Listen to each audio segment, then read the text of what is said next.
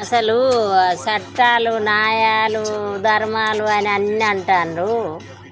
ఈ చట్టము ధర్మం ఇప్పుడు ఆ అమ్మాయి పానం పోంగా చట్టము ధర్మం ఏమైందవ్వా?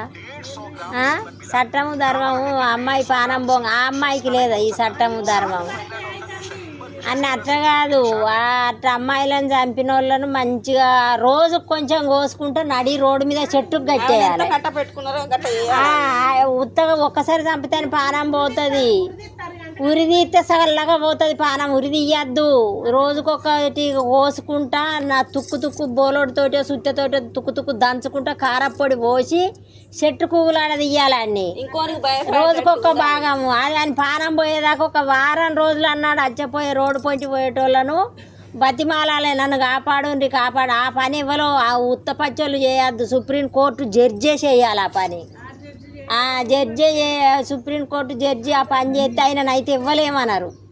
అది ఇవ్వాలంటే ఇవ్వలేమన్నారు ఆయనను. అస్సలు సీరియస్గా తీసుకుంటలేరు. ఆ తల్లి కడుపు ఎంత విలవిలలాడాలి చెప్పు. ఆ పిల్ల పానం ఎంత గోసపడిపోవాలి.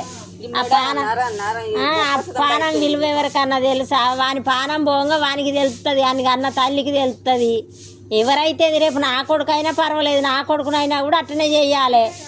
ఎవడైనా కానీ మానవత్వం లేని మృగాలు ఎందుకు బతికి దేశం మీద?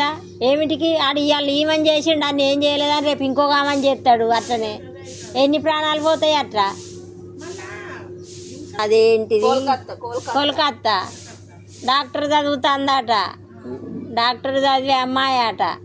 డాక్టర్ చదివే అమ్మాయిని గట్ల చేసిండు. ఆ తల్లి ఎన్ని ఆశలు పెట్టుకొని, తల్లిదండ్రులు ఎన్ని ఆశలు పెట్టుకొని ఆడపిల్లని అంత ఎన్ని అప్పులు చేసి ఆ తల్లిదండ్రులు అక్కడికి తోలుతాను. తల్లిదండ్రిని చూసేది లేదు, చచ్చిపోయిన అమ్మాయిని చూసేది.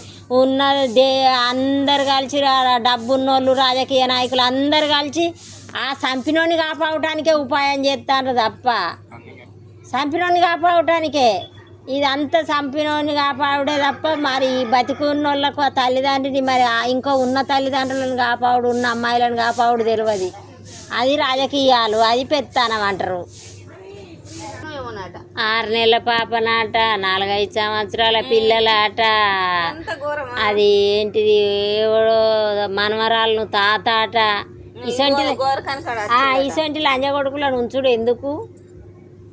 ఇలా చదువులు ఏమిటికి పని చేస్తాను? పెద్ద పెద్ద చదువులు చదివి మేము న్యాయం చేస్తాము. కోర్టు ఏం చేస్తుంది? కోర్టు వీళ్ళు చెప్పిన చట్టాలు ఆ కోర్టే నిర్ణయం తీసుకొని వీళ్ళందరినీ ఎట్లా ఒక్క అమ్మాయి మీద ఎవడన్నా చెయ్యి ఎత్తే అబ్బాయి ఇవాళకి నా జన్మ ఇది లాస్ట్ అనుకోవాలి. నా జన్మ ఇవాళకి ఇది లాస్ట్ ఆమె మీద చెయ్యి ఎత్తి ఇప్పుడు నా ప్రాణం పోతుంది అన్నంత భయం తలగాలి ఒక్కొక్కనికి. ఎంత చంపినా కానీ అట్లా చేస్తారు లంచ కొడుకులు.